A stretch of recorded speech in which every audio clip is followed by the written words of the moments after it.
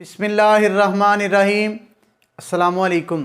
سب سے پہلے درود پاک، اللہم صلی علی محمد وعلی آل محمد وبارک وسلم۔ ہماری جو آج کی ویڈیو ہے نا، اس کا نام ہے قارون کا انجام۔ قارون تھا نا، اس کا انجام کیسا ہوا، اس کا جو سارا واقعہ ہے نا آپ کو اس ویڈیو میں سنائیں گے، تو کوشش کر کے واقعے کو مکمل اینڈ تک سنیے گا، اور اگر ہو سکے تو ہمارے یوٹیوب چینل کو سبسکرائب کر لیں تاکہ روٹین کے ساتھ آپ کو اچھی اچھی ویڈیوز ملتی رہیں۔ قارون حضرت موسیٰ علیہ السلام کے چچا یسحر کا بیٹا تھا، یعنی کہ حضرت موسیٰ علیہ السلام کے چچا کا بیٹا تھا۔ بہت ہی خوبصورت، نہایت ہی عمدہ حسن و جمال والا آدمی تھا۔ لوگ اس کے حسن و جمال سے متاثر ہو کر اس کو منور کہا کرتے تھے۔ اس کے ساتھ اس میں یہ بھی کمال تھا کہ وہ بنی اسرائیل میں تورات کا بہت بڑا عالم اور بہت ہی ملنسار اور با اخلاق انسان تھا، اور لوگ اس کا بہت ہی ادب اور احترام کرتے تھے۔ دیکھیے کس طرح کا آدمی تھا اور اس نے بعد میں کیا سلوک کیا۔ ویڈیو کو اینڈ تک دیکھیے گا، انشاءاللہ آپ کو بہت مزہ آئے گا۔ لیکن اس کے ہاتھ میں بے شمار دولت آتے ہی اس کے حالات بدلنا شروع ہو گئے۔ اس نے بھی سامری کی طرح منافق ہو کر حضرت موسیٰ علیہ السلام سے دشمنی مول لے لی، یعنی کہ حضرت موسیٰ علیہ السلام کا بہت بڑا دشمن بن گیا اور اعلیٰ درجے کا متکبر اور مغرور ہو گیا۔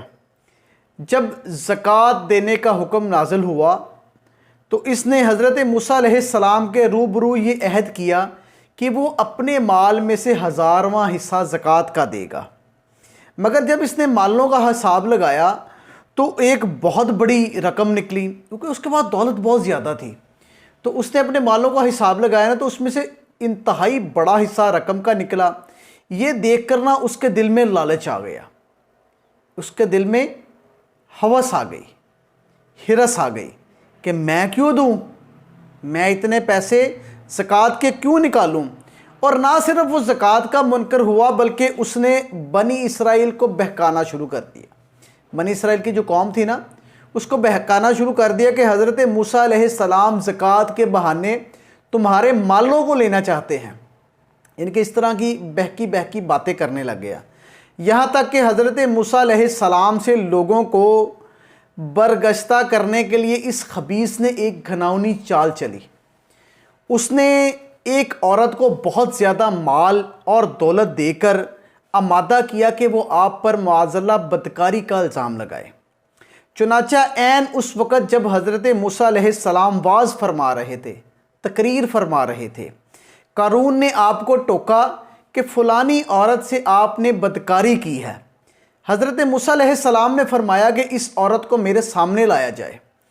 چنانچہ وہ عورت بلائی گئی تو حضرت موسیٰ علیہ السلام نے اس عورت سے کہا کہ تجھے اللہ کی قسم جس نے بنی اسرائیل کے لیے پہاڑ کو پھاڑ دیا، یعنی کہ تجھے اس اللہ کی قسم جس نے بنی اسرائیل کے لیے پہاڑ کو پھاڑ دیا اور عافیت اور سلامتی کے دریا کو پار کرا دیا اور فرعون کو ڈبو دیا، سچ سچ کہہ دے کہ واقعہ کیا ہے۔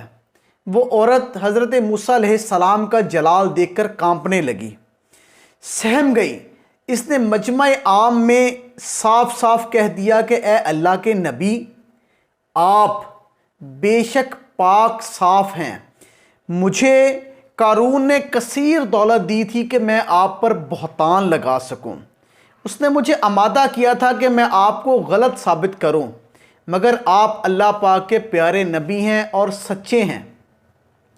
اس وقت حضرت موسیٰ علیہ السلام سجدہ شکر گر گئے، یعنی کہ اللہ تعالیٰ کا سجدہ شکر ادا کرنے لگ گئے کہ یا اللہ، تو نے مجھے پاک اور صاف ثابت کر دیا ہے۔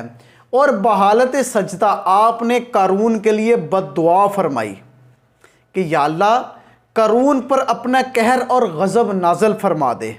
پھر حضرت موسیٰ علیہ السلام نے زمین کو حکم دیا کہ اے زمین، اس کو پکڑ لے۔ تو قارون ایک دم گھٹنوں تک زمین میں دھنس گیا۔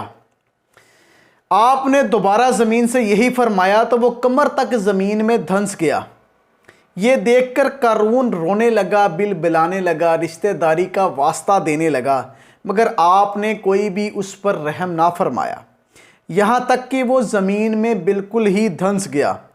جو منحوس شخص قارون کے ساتھ تھے نا، یعنی کہ کچھ لوگوں کو آپ نے فرمایا تھا کہ جو قارون کے ساتھ ہونا چاہتا ہے، تو ان میں سے 2 لوگ قارون کے ساتھ ہوئے تھے، باقی سب اس سے پیچھے ہو گئے تھے۔ وہ جو 2 شخص تھے نا، وہ کہنے لگے کہ آپ نے قارون کو اس لیے دھنسایا ہے کہ آپ اس کے خزانے پر قبضہ کرنا چاہتے ہیں، اس کے مکان پر قبضہ کرنا چاہتے ہیں۔ تو آپ نے اللہ تعالیٰ سے دعا مانگی، تو اللہ تعالیٰ نے قارون کا مکان اور خزانہ بھی زمین میں دھنسا دیا۔ چنانچہ قارون کا مکان جو کہ سونے کا تھا اور ڈھیر سارا خزانہ سبھی زمین میں دھنس گیا۔ یعنی کہ قارون کو اتنا خزانہ تھا کہ ان خزانوں کی جو کنجیاں تھیں نا، ایک مضبوط اور طاقتور جماعت بامشکل ہی اٹھا سکتی تھی، پوری جماعت مل کے۔ تو جب قارون نے نا اپنے مال کے گھمنڈ میں آ کے نا اس مخلصانہ نصیحت کو ٹھکرا دیا تھا نا، اور خوب بند سنور کر تکبر اور غرور سے اتراتا ہوا قوم کے سامنے آیا اور حضرت موسیٰ علیہ السلام کی بدگوئی اور ایذا رسانی کرنے لگا، یعنی کہ تکلیف دینے لگا، اس کا نتیجہ یہ ہوا کہ اس کو اللہ پاک نے زمین کے اندر دھنسا دیا۔ یعنی کہ یہ عبرتناک واقعہ جو آپ نے سنا ہے نا، یہ ہمیں درس یہ دیتا ہے کہ اللہ تعالیٰ اگر مال اور دولت عطا کرے تو اس فرض کو لازم جان کر اپنے مال کی زکوٰۃ دیتے رہیں، اور جب چاہتا ہے اللہ پاک دولت عطا کرتا ہے، اور جب چاہتا ہے پل بھر میں دولت چھین لیتا ہے۔ ہر وقت اس کا دھیان رکھتے ہوئے تواضع اور انکساری کی عادت اپنائیں، اور